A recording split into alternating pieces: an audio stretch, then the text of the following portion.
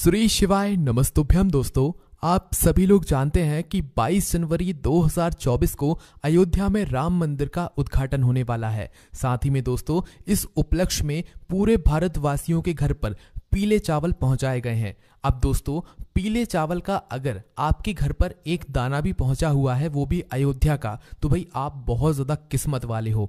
साथ ही में दोस्तों, जिन जिन लोगों के घर पर ये पीले चावल पहुंचे हुए हैं, उनके मन में ये क्वेश्चन ज़रूर आ रहा है कि भाई हमारे घर पर ये अयोध्या के पीले चावल आए हैं निमंत्रण स्वरूप, तो हम इन पीले चावलों का क्या करें। तो दोस्तों, हम आपको बता दें, ये पीले चावल आपके लिए कोई साधारण चावल नहीं है। ये आपकी जीवन को बदलने वाले चावल हैं, आपकी पूरे साल को, आपके पूरे भाग्य को बनाने वाले चावल हैं। ठीक है, इन पीले चावलों को आपको कहां कहां पर किस समय रखना है, सबसे पहले वो सुन लीजिए।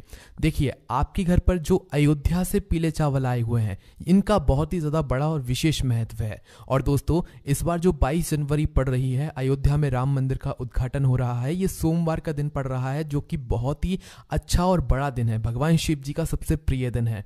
तो दोस्तों, ये जो आपके पास पीले चावल आए हुए हैं ना, ऐसा ना हो कि भाई आपके पास ये पीले चावल आए और सीधा आप इन्हें अलग अलग जगहों पर रख दो। नहीं, ऐसा नहीं होना है। जो आपके घर पर पीले चावल आए हैं अयोध्या में राम मंदिर के उद्घाटन के लिए, उनको आपको अभी कहीं पर नहीं रखना है। वो जैसे आए हैं उन्हें वैसे के वैसे रखे रहने दो, या एक पुड़िया में बंद करके रख दो, या एक थैली में कुछ अच्छे से सुरक्षित कर दो। ठीक है, तो आखिर इनका हमें करना क्या है। तो देखो, सबसे पहली चीज, ये जो पीले चावल हैं, इनको आप जब तक कहीं पर नहीं रख सकते जब तक राम मंदिर में भगवान राम जी की प्राण प्रतिष्ठा नहीं हो जाती, हम इन चावलों की पूजन नहीं कर लेते, है ना। अब ये बात आप सभी लोग जानते हो कि 22 जनवरी के दिन एक साथ सभी लोगों का अयोध्या पहुंचना बिल्कुल भी मुमकिन नहीं है। इसी कारणवश दोस्तों, आप लोगों के घर पर खुद राम भगवान आए हैं इन पीले चावल के स्वरूप में। ठीक है, तो अब आप तो अयोध्या नहीं जा पाओगे, ज्यादातर लोग अयोध्या नहीं जा पाएंगे राम मंदिर के उद्घाटन में, तो वो अपने घर पर ही उस पल को महसूस कर सकते हैं, उस भगवान राम के आशीर्वाद को मतलब ले सकते हैं। किसके द्वारा? इन पीले चावलों के द्वारा। इसलिए दोस्तों, आपके पास जो पीले चावल आए हैं, उनको पूजा के दिन तक, मतलब 22 जनवरी के दिन तक आपको कहीं नहीं रखना है, उन्हें वैसा का वैसा रखे रहने देना है। जैसे ही 22 जनवरी का दिन आता है, उस दिन आप लोगों को सबसे पहले इनकी पूजन करनी है। ठीक है, 22 जनवरी के दिन आप लोगों को विशेष रूप से जो पूजन करेंगे, सभी लोग दीपदान करेंगे, दीपक जलाएंगे, वो शाम के समय ही करेंगे। बाकी प्राण प्रतिष्ठा का जो समय है, वो पूरे दिन में कभी भी अयोध्या राम मंदिर में हो जाएगा, जिसका लाइव प्रसारण आप सोशल मीडिया के सहारे से कहीं पर भी देख सकते हो, है ना। तो यहाँ पर जो आपके पीले चावल हैं, वो आप लोग किस जगह पर रखोगे? जहां पर आप लोग रात्रि में राम भगवान की पूजन करने वाले हो।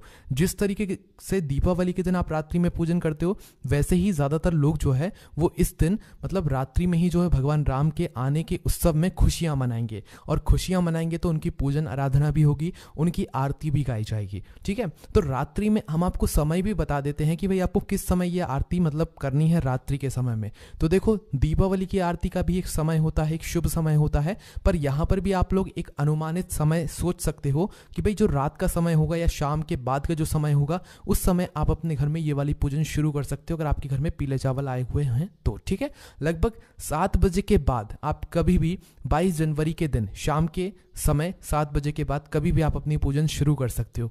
ये जो पीले चावल है ना, ये पीले चावलों को पहले आप लोग अपने पूजन वाले स्थान पर ले जाकर रख दोगे, और जब आपके घर पे ये चावल आए, जब भी आए हो, तो भाई उस समय से लेकर भी आप लोगों को ये चावल के दाने हर कहीं नहीं रखने, सिर्फ पूजन वाले स्थान पर रख देने, है ना।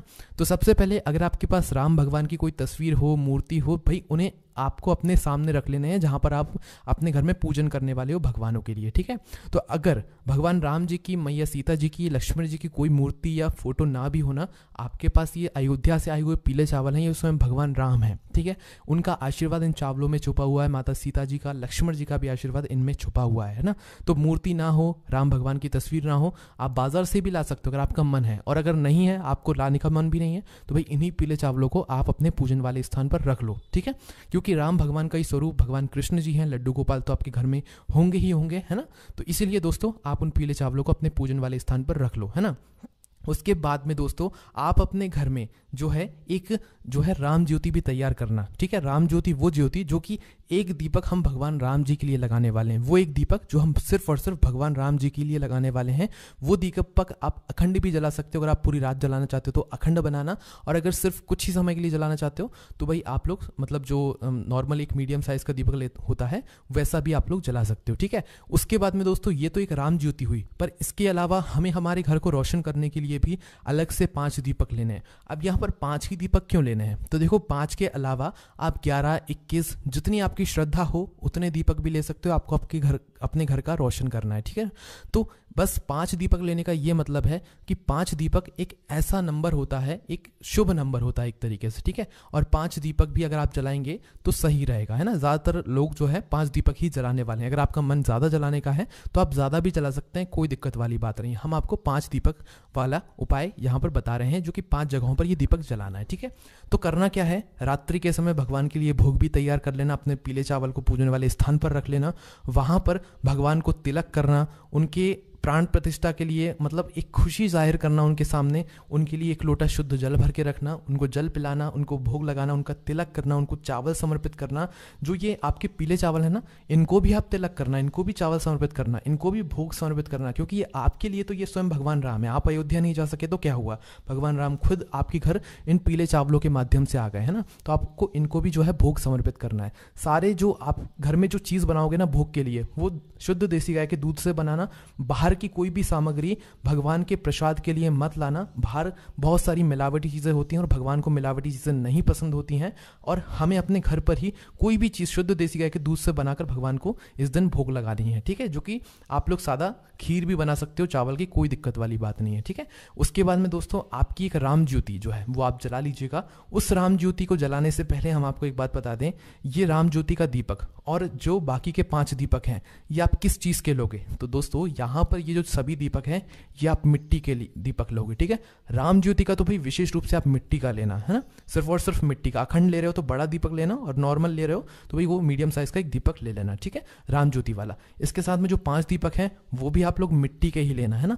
अगर नए किसी कारणवश ना मिले, नए हो तो नए लेना, नए ना भी मिले तो पुराने जो दीपक हैं उनको साफ करके इस्तेमाल में ले लेना, ठीक है। तो एक राम ज्योति का दीपक हो गया और 5 हमारे अलग से दीपक हो गए हमारे घर पर रखने के लिए, है ना, 5 अलग अलग जगहों पर रखने के लिए। तो आपको करना क्या है, देखो सबसे पहली चीज, ये जो सभी दीपक हैं ये जिस स्थान पर भी रखाएंगे ना, उस स्थान पर सबसे पहले आपको पहले जमीन पर कुछ रखना पड़ेगा, या जहां पर आप ये दीपक रखने वाले हो पहले वहां पर कुछ रखना पड़ेगा आप लोगों को। खाली दीपक हम सीधा जमीन पर नहीं रख सकते या किसी स्थान पर नहीं रख सकते। तो देखो आपके पास कुछ ऑप्शंस हैं, जैसे कि आपके पास अगर कुछ सादा चावल के दाने रखे हो, ये पीले चावल का भी आपको कुछ नहीं करना है, बस पूजन वाले स्थान पर रखे रहने देना, वो भगवान राम का अभी आपके लिए स्वरूप रहेगा, है ना।